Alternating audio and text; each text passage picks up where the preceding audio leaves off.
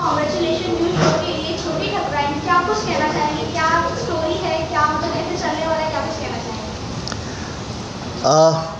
सबसे पहले तो मैं आप सब लोगों का स्वागत करूंगा। और राजस्थान की मिट्टी में ना सिर्फ रंग नहीं है, बहुत सारी कहानियाँ छुपी पड़ी है। और मेरी कोशिश ये रहती है कि मैं राजस्थान की मिट्टी से जुड़ी हुई कहानियाँ आप सब लोगों के सामने लेकर आऊँ। और अब तक जनता की तरफ से प्यार मिला है, स्वीकृति मिली है मेरे शोज़ को। और इसी श्रृंखला में हम बड़ी हवेली की छोटी ठकुराइन लेकर आए हैं। कहानी क्या है ये मैं भी बहुत डिटेल में बता नहीं पाऊँगा आपको, लेकिन मैं आप लोगों को एक वादा ज़रूर कर पाऊँगा कि 9 बजे से 9:30 बजे तक आपकी नज़र टीवी स्क्रीन से हटेगी नहीं। और 9:30 से 10 बजे तक आपस में गुफ्तगू में वही चलता रहेगा कि आज छोटी ठकुराइन में ये हुआ, आज ये हुआ, आज चैना ने ये किया, आज चमकीली ने ये किया, और चमकीली कल क्या करने वाली है और चैना उससे कैसे बचने वाली है। आप क्या कहना चाहेंगे दीक्षा? जैसे कि सर ने कहा, बड़ी हवेली की छोटी ठकुराइन, इसके नाम में इतना दम है कि इट्स लाइक कि क्या होने वाला है बड़ी हवेली में और कौन छोटी ठकुराइन बनकर आने वाली है। इट्स नॉट अबाउट छोटी ठकुराइन, ये जो भी कहानी है इट्स ऑल अबाउट चाबी का छल्ला, जो कि आपने हमारे प्रोमो में देखा होगा। तो वो चाबी का छल्ला किसके हाथ में आएगा, कैसे आएगा, क्या जर्नी रहेगी उस तक पहुंचने की, तो it's all about the show. और इसमें बहुत सारे फ्लेवर्स हैं, कलर्स हैं जो कि सर लेकर आए हैं। तो of course we are very eagerly waiting for the whole thing. और ऑफकोर्स आप लोगों के लिए भी बहुत एक्साइटमेंट रहेगी ये चीज़। जी, सबसे पहले तो आप सभी का पूरे दिल से स्वागत है, नमस्कार।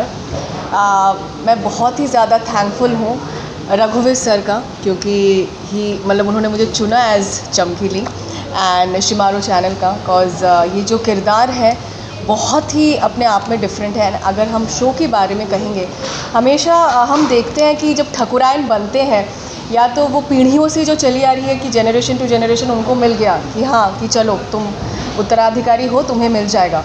पर यहाँ पे चैना एक अलग बैकग्राउंड से आ रही हैं, चमकीली एक अलग बैकग्राउंड से आ रही है, कोई यहाँ से ख़ानदानी नहीं है।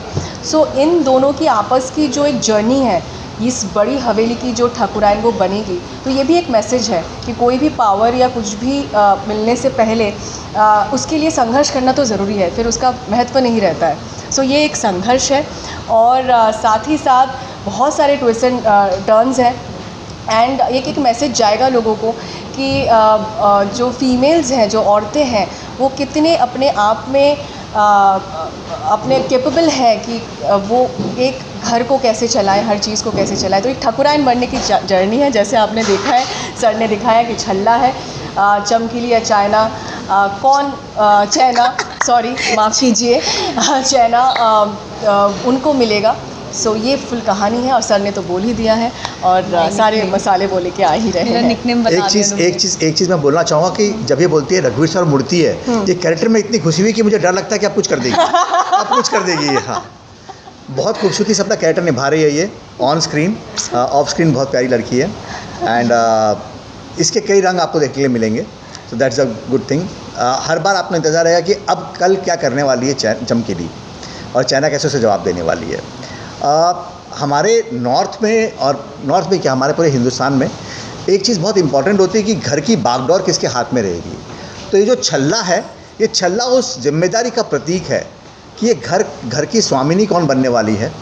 और इसीलिए कहानी मतलब एक तरफ छल्ला छीनने की कहानी है और एक तरफ छल्ला पाने की कहानी है। ये छल्ला छीनना चाहती है और ये छल्ला अपनी जिम्मेदारी समझ पाना चाहती है या इसे मिलता है। ये दोनों के कैरेक्टर का फ़र्क है।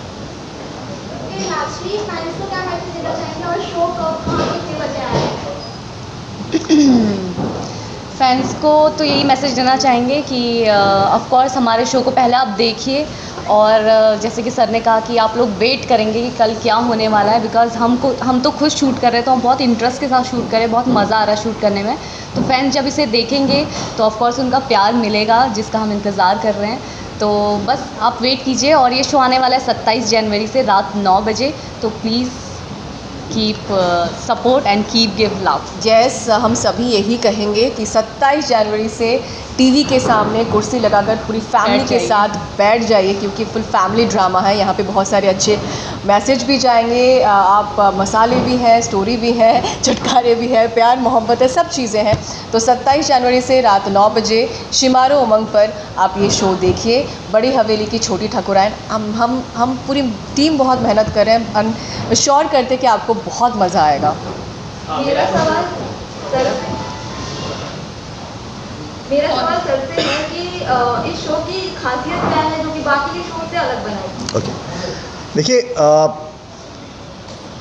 मैं 27-28 साल से लिख रहा हूँ और जब आप लिखने बैठते हैं तो आपको समझ में आता है कि ये शो कितने, इस शो में कितनी सांसें हैं और ये शो कहाँ जाएगा। और जब इस शो की कल्पना की थी और जब ये शो लिखना शुरू किया था, मुझे तभी समझ में आ गया था कि ये शो बहुत खूबसूरत बनने वाला है, क्योंकि इस शो की खासियत ये है कि यहाँ पर दो दुनियाओं का संगम है। एक होती है रियल दुनिया और एक होती है कि एक अलग दुनिया जिसमें आपको सब कुछ जादू सा लगता है। मैं मायावी दुनिया की बात नहीं कर रहा हूँ, मैं बात कर रहा हूँ जादू सा। तो यहाँ पर ये दो कैरेक्टर जो हैं, ये दो दुनियाओं को एक साथ एक हवेली के अंदर लेकर आने वाले हैं और उन दो दुनियाओं को आप साथ में देखेंगे और दो फ्लेवर्स आप साथ में एंजॉय करेंगे, पहली चीज़। सेकेंडली, जब आप यूजुअली डेली सोप्स की बात करते हैं तो आप देखते हैं डेली सोप में ड्रामा होता है और सिर्फ रोना होता है। हमारे शो की खासियत ये है कि ये मसालों की तरह चटपटा है, जैसा इन्होंने बताया था कि इसमें ड्रामा भरपूर है, इसमें त्याग भी है, इसमें इमोशंस भी है, इसमें खूबसूरती भी है, लेकिन उसके साथ साथ में इस शो की खासियत ये है कि एक बड़ा चटपटा सा फ्लेवर है। तो आप सिर्फ रोएंगे नहीं, आप मुस्कुराएंगे भी, आप हंसेंगे भी और आप मज़े भी लेंगे। ये इस शो की खासियत है जो इसे बाकी शो से अलग करती है। बेसिकली प्रोमो में जब हम लोग देख रहे हैं तो उसमें छल्ले का जो सिंबल है वो मोर का है जी, और बैनर पर भी उसका यूज़ किया हुआ है। तो सिंबल में मोर ही क्यों यूज़ किया आपने? नॉर्मली क्या होता है, मैजिक जहाँ पे होते हैं ना वहाँ पे उस सिंबल का यूज़ किया है। आपकी बात बिल्कुल सही है, लेकिन मैजिक के साथ साथ में एक मैजिक हम भी क्रिएट कर रहे हैं राजस्थान को यहाँ लाकर। तो राजस्थान को रिप्रेजेंट करने के लिए मोर से बढ़कर क्या हो सकता है। हवेली, बड़ी हवेली जो है राजस्थान की हवेली है और राजस्थान के कलर्स, हम एक मैसेज देना चाहते थे कि राजस्थान के कलर्स लोगों तक पहुँचे, इसलिए हमने मोर को यूज़ किया है। और अब अगला सवाल ये पूछेंगे, काफ़ी देर से कोशिश कर रहे हैं। मेरा वही क्वेश्चन था कि जैसे हम शो देखते हैं तो उसमें हमेशा मर्दों का, राजस्थानी जो शो होता है हमेशा मर्दों का एक पौधा होता है, बात सुनी जाती है। यहाँ पे क्या होता है देखने को मिलेंगे जिनका घर का फैसला होगा या जितने भी मर्द होंगे जो उनको ट्रीट करेंगे।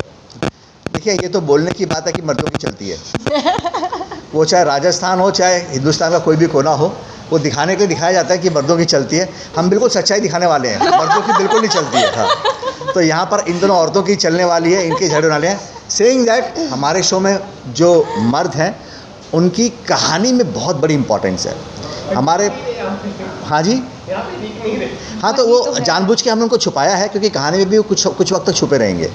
तो हम जानबूझ के अपने मर्दों को आपके सामने लेकर नहीं आए। और मर्द के मैं आया हूँ ना, रिप्रेजेंट कर रहा हूँ उनको। हाँ, नहीं, वो ठीक है, मैं भी शो का हिस्सा हूँ। हाँ, सो मर्द हमारी कहानी में हम जानबूझ के आपके सामने लाए नहीं है, क्योंकि हम उनको बहुत इंटरेस्टिंग तरीके से व्यूअर्स के सामने खोलने वाले हैं और उसी इंटरेस्टिंग तरीके से हम आपके सामने जब सही वक्त आएगा तब खोलेंगे। हम जानबूझ के अपने हीरोज़ को अभी हमने इंट्रोड्यूस नहीं किया है, वो राज है।